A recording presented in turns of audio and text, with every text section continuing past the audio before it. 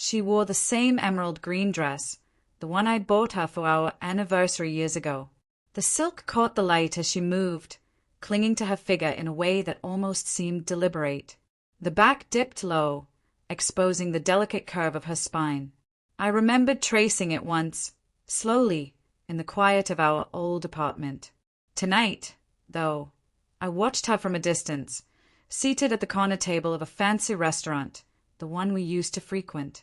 The low hum of conversation and clinking silverware filled the space, but it felt like she was in a world of her own. I studied her, this woman who once held my heart, the same woman who had become a stranger. Her laughter bubbled in the air, sweet and light, but it rang false now, a hollow sound. She hadn't seen me yet.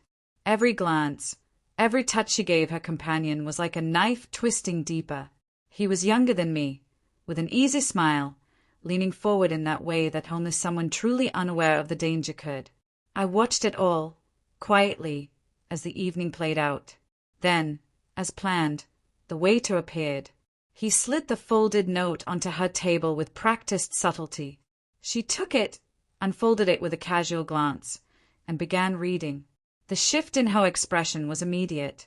Her eyes widened, lips parting slightly in shock.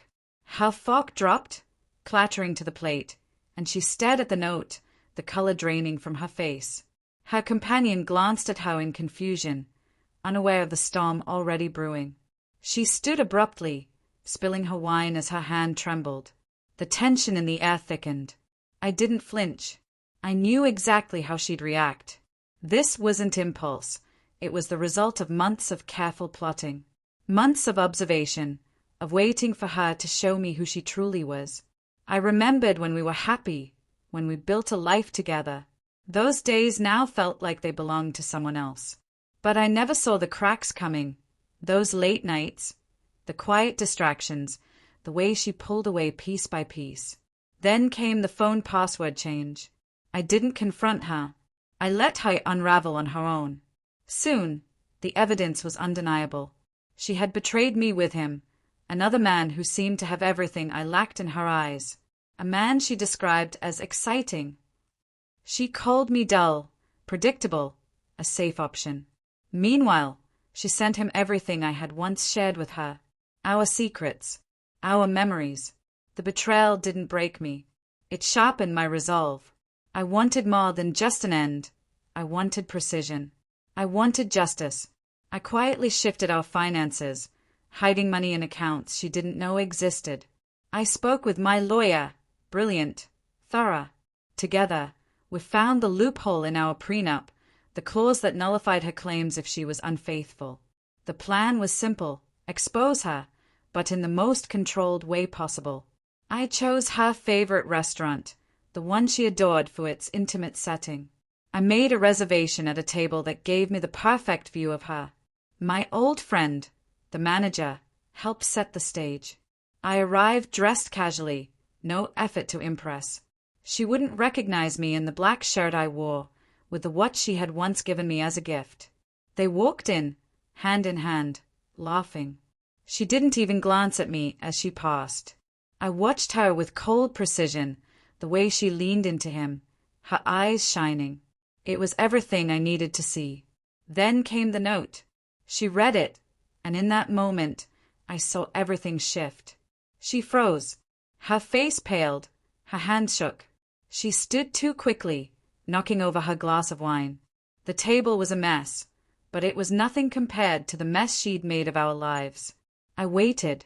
When she returned to the table, she was visibly shaken, and I could hear her lover's confused voice in the background. I didn't respond to her texts. Instead, I sent one simple file, evidence of everything. Every message, every photo, proof. At the end, the signed divorce papers. When she came out, desperate and broken, I handed her lover my card. "Your wife knows," I said quietly. His face drained of color. He fumbled for his phone. She chased after me, calling my name, her voice cracking. I turned to her, meeting her eyes. "It's over. You lost," I told her. 3 weeks later, the divorce was finalized. She didn't fight it. She knew what she'd done, and she understood the consequences. She left quietly, her regret hanging in the air. I kept everything, our home, the dog, the savings. My life was now mine again, in silence. As for him, his marriage ended too. His wife reached out, sent me a bouquet, and we shared dinner one evening. We laughed. It was strange, like life had somehow turned the tables. Sometimes, I think back to who she was before all this, before I saw the cracks, before I understood the mask she wore. But what stays with me is the image of her in that dress, looking stunning, leaning toward another man, unaware of the destruction she was about to face. She thought she could betray me and move on. What she forgot was who I am. I don't fight in the open. I move in silence.